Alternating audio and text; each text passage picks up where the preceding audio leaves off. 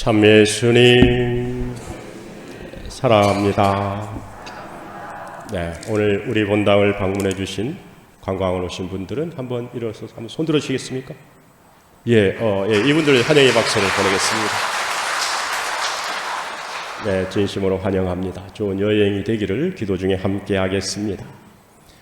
네, 오늘은 연중 제26주일이자 세계 이주민과 난민의 날입니다. 좀 생소하죠? 세계 이주민과 난민의 날. 그렇게 하면 우리가 보통 세계 이주민의 날은 유엔에서 정한 날을 우리 교회에서 지내는 건가 이렇게 생각하시는 분도 있습니다. 그런데 이 날은 유엔에서 정한 그런 날이 아니라 벌써 110년 전, 그러니까 지금부터 110년 전에 당시 비오 10세 교황님이 요청을 했습니다. 매년 9월 마지막 주일에 이렇게 세계 이주민과 난민의 날을 이렇게 지냈으면 좋겠다. 이렇게 해가지고 지금까지 이루어지고 있습니다.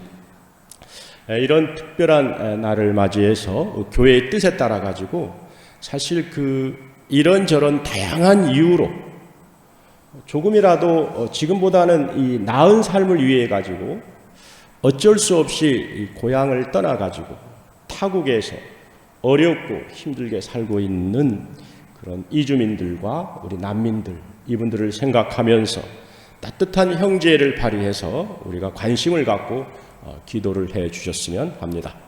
이런 의미에서 오늘 강론은 어려운 이웃에게 자비를 베풀자는 주제로 함께 나누고자 합니다. 3년 전에 선종한 남아프리카의 유명한 인종차별 철폐 운동을 했던 분이 계십니다. 이분은 1984년에 노벨 평화상을 받기도 하죠. 이분은 성공회의 데스몬드 투투 대주교님이십니다. 이분이 이렇게 떠오릅니다.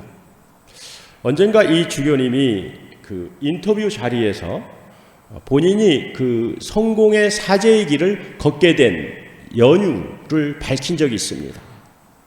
그에 따르면은 어린 시절에 이 투투 대주교님은 어머님과 함께 길을 걷고 있었습니다. 그런데 그들 앞에 사제복 차림의 훤칠한 백인 남성이 이렇게 다가오는 거예요. 당시는 이 남아프리카에서 인종차별이 매우 심했던 터라 보통 백인이 다가오면은 흑인은 길을 이렇게 비켜줘야 했다고 합니다. 길을 비켜주고 그리고 지나갈 때 고개를 이렇게 숙여가지고 머리를 조아려야 했다고 합니다.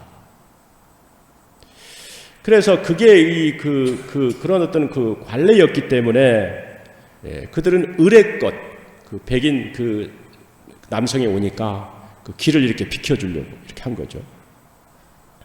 그런데 이게 웬일입니까?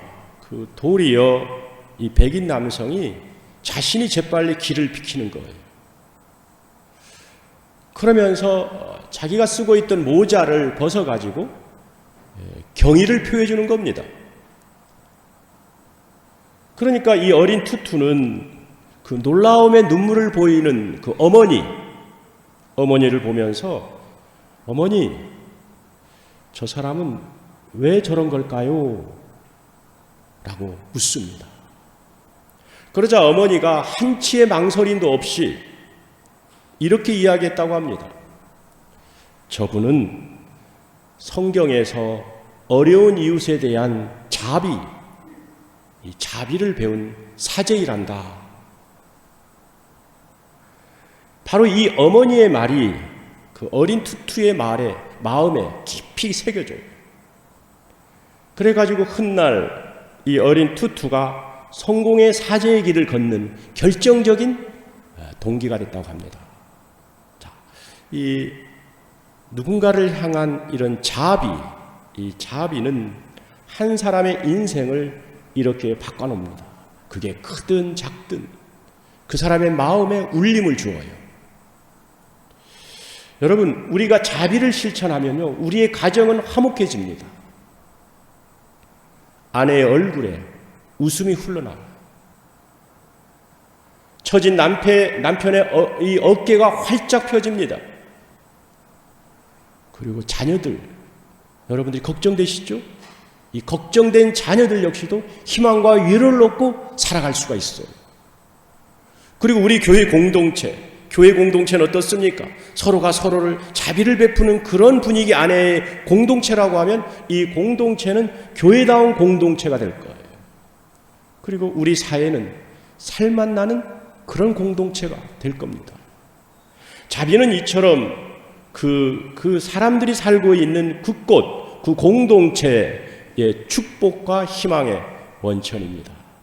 도대체 자비가 뭘까요? 자비는 히브리어로 레켐이라고 합니다. 레켐. 이 레켐이란 뜻은 뭐냐면 이 어머니의 모태란 뜻이에요.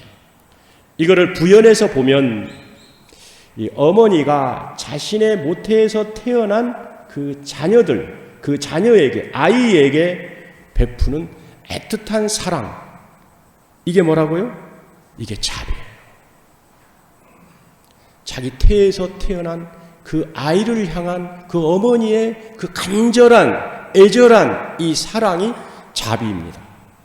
그러면 이런 그 사랑 앞에 뭐 인종, 뭐 신분, 계층, 출신, 잘남, 못남, 심지어는 의인과 죄인의 차별과 경계성이 있을까요? 그런 차별과 경계가 없을 겁니다. 온전히 눈에 넣어도 안 아플 사랑스러운 자녀를 향한 사랑이 있을 뿐입니다. 이런 자비의 표상이 누구냐? 대표적인 표상이 우리 예수 그리스도이십니다. 예수님은요, 전혀 자기 방어 수단이 없이 무방비 상태에서 이리 채이고 저리 채이면서 온갖 차별과 냉대, 수모를 겪는 고통받는 작은이들, 우리 소위 말하면 사회적인 약자들이죠.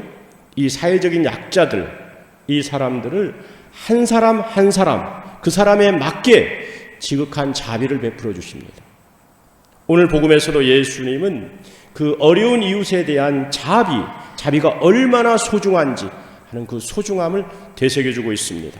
자, 오늘 복음을 보면은 41절에 이런 말이 나옵니다. 너희가 그리스도의 사람이기 때문에 너희에게 마실 물 한 잔이라도 주는 이는 자기가 받을 상을 결코 잃지 않을 것이다.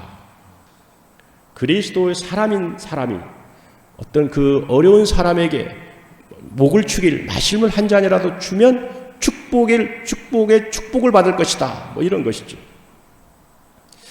그러면서 바로 또 이런 이야기를 합니다. 나를 믿는 이 작은 이들 가운데 하나라도 죄짓게 하는 자는 연자매를 목에 걸고 바다에 던져지는 편이 오히려 낫다. 그러니까 이 두 구절을 보면요, 다른 것 같아요. 그러나 다른 구절이 아니라 하나로 연결이 되고 있습니다.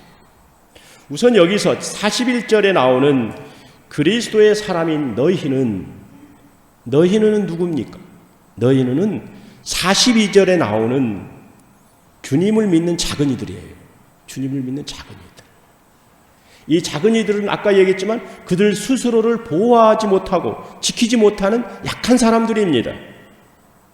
이런 약한 사람들의 아픔에 공감하면서 목을 축일 물 한 잔이라도 아주 자그마한 자비라도 베풀면 온전히 구원의 상급을 받을 것이다. 그런데 만일 그렇지 않으면 어떻게 된다고 했습니까? 만일 그렇지 않으면 반대라고 하는 거죠.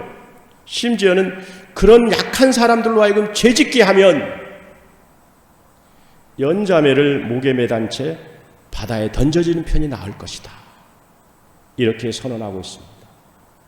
한마디로 신앙인에게 있어서 자비는 중요한 구원과 축복의 원천임을 다시 한번 확인해 주고 있습니다.